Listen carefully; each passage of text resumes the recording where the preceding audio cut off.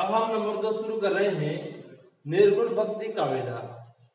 भक्ति काल शुरू किया है हमने और उसकी 2 धाराएं बताई थी मैंने यहाँ, सगुण भक्ति काव्यधारा और निर्गुण भक्ति काव्यधारा। तो सगुण भक्ति काव्यधारा हम पूरी पढ़ चुके हैं।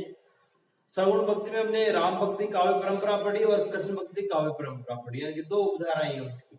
वैसे यहाँ पर देखिए आप निर्गुण भक्ति काव्यधारा कि वह काव्यधारा जिसमें ईश्वर को, वह काव्यधारा जिसमें ईश्वर को निर्गुण निराकार, निर्गुण निराकार, जिसका कोई आकार नहीं। वहां आकार राम की पूजा की, कृष्ण की पूजा की, उनको जन्मा भी माना, ये अजन्मा है। जो निर्गुण निराकार ईश्वर की जिसकी उपासना करेंगे निर्गुण शाखा वाले लोग, वो अजन्मा है, स्वयं मतलब उसका किसी से जन्म नहीं हुआ, उसकी कोई मूर्ति नहीं है, वो घट घट में विराजमान है, ये भी मानते हैं ईश्वर को, लेकिन ये निराकार मानते हैं कि कोई आकार नहीं है ईश्वर का। आपने एक मूर्ति बना दी, क्या वही भगवान है क्या? और जगह भगवान नहीं है क्या? एक मंदिर बना दिया छोटा सा, तो क्या इतना बड़ा ईश्वर है, सर्वव्यापी जो ईश्वर है वो क्या एक मंदिर में समा सकता है क्या? ये बातें किसने कही? निर्गुण काव्यधारा के कवियों ने। तो निर्गुण भक्ति काव्यधारा की ये नॉर्मल परिभाषा है कि वह काव्यधारा जिसमें ईश्वर को निर्गुण निराकार मानकर वर्णित किया गया है, निर्गुण भक्ति काव्यधारा कर। यानी कि इसमें ये इस भक्ति धारा के, इस भक्ति काव्यधारा के जो कवि हैं उन्होंने ईश्वर को क्या मानकर वर्णित किया है? निराकार, अजन्मा। ठीक है। निर्गुण भक्ति काव्यधारा की भी 2 उपधाराएं हैं, जैसे उसकी थी वैसे इसकी भी 2 उपधाराएं हैं। एक तो कौन सी है?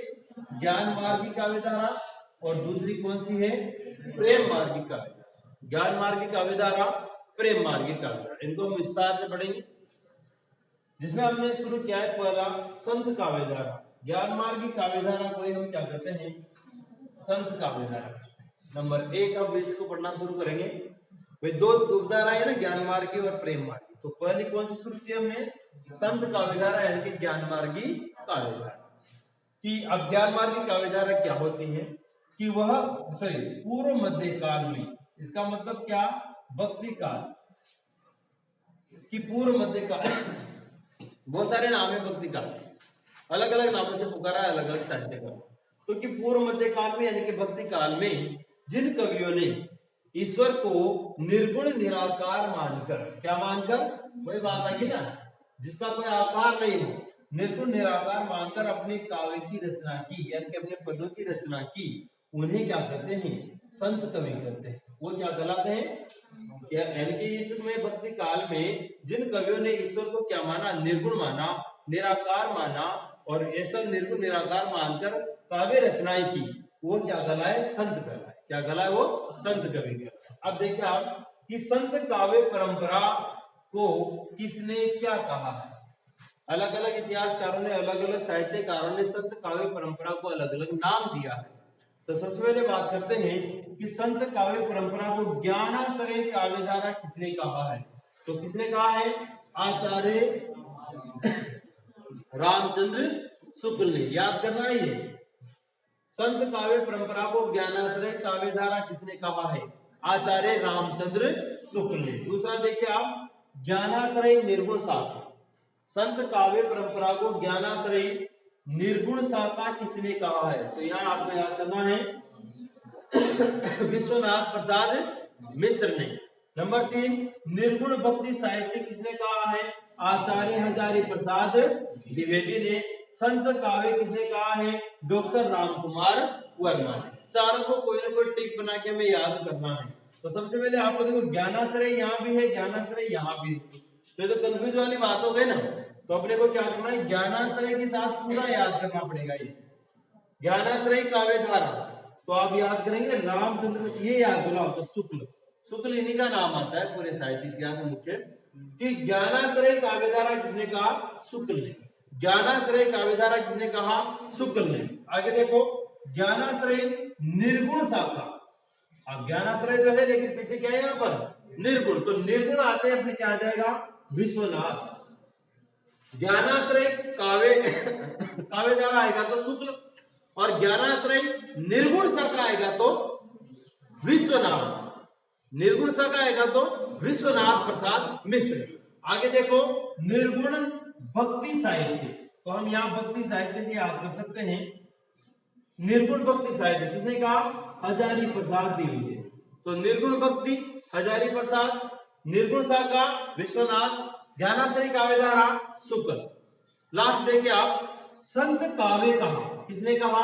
डॉक्टर रामकुमार वर्मा ने। तो यहां हम याद रखेंगे संत कौन है? रामकुमार।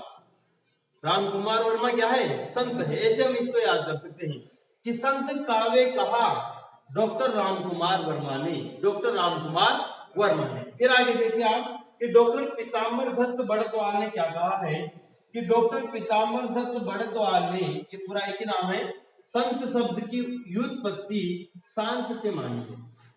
ये जो संत काव्यधारा चल रही है ना अपने, तो ये संत कौन थे, संत शब्द का क्या अर्थ होता है, तो इसके लिए डॉक्टर पीताम्बर दत्त बड़तवाल ने संत शब्द की उत्पत्ति किससे मानी है? शांत से मानी है, जिसका अर्थ होता है निवृत्ति मार्गी या बैरागी। आपने देखा था प्रवर्ती मार्गी, नाथ तो निवर्ती मार्गी थे और सिद्ध क्या थे? प्रवर्ती मार्गी। प्रवर्ती मार्गी यानी भोग विलास में विश्वास करने वाले थे। वो क्या कहते हैं? पंचमकार, उनमें विश्वास करने वाले कौन थे? नाथ थे, सॉरी सिद्ध थे। और नाथ क्या थे? निवर्ती मार्गी थे। तो आप यहाँ देख रहे होंगे आप निवर्ती मार्ग यानी नाथों की परंपरा का यहाँ पर फुट दिखाई दे रहा है, आपको प्रभाव दिखाई दे रहा है। वहां हमने लिखा भी था कि कबीर वगैरह की जो वो चीजें तो साख्या वगैरह है, उनमें नाथ साहित्य का प्रभाव देखा जाता है। तो यहाँ पर कोई बात है कि ये इसका क्या होता है? निवर्ती मार्गी या बैरागी। आगे देखिए आप, डॉक्टर परशुराम चतुर्वेदी संत शब्द को सत शब्द से निष्पन्न मानते हैं। तो पीताम्बर दत्त बड़तवाल तो किससे मानते हैं? संत शब्द की उत्पत्ति शांत से मानते हैं, लेकिन परशुराम किसे मानते हैं? सत्य से मानते हैं। ठीक है, उन्होंने लिखा है, किन्होंने लिखा है? परशुराम ने, डॉक्टर परशुराम चतुर्वेदी ने क्या लिखा है कि संत वह है जिसने सत्य रूपी परम तत्व को अनुभूत किया है। जो सत्य रूपी परम तत्व यानी कि कह सकते हैं ईश्वर रूपी जो परम तत्व, सत्य रूपी जो परम तत्व है, जिसने भी उसको अनुभूत किया है वही क्या है? संत है। वही क्या कहलाता है? संत कहलाता है। तो ये सामान्य परिचय, दोबारा देखो आप इसको।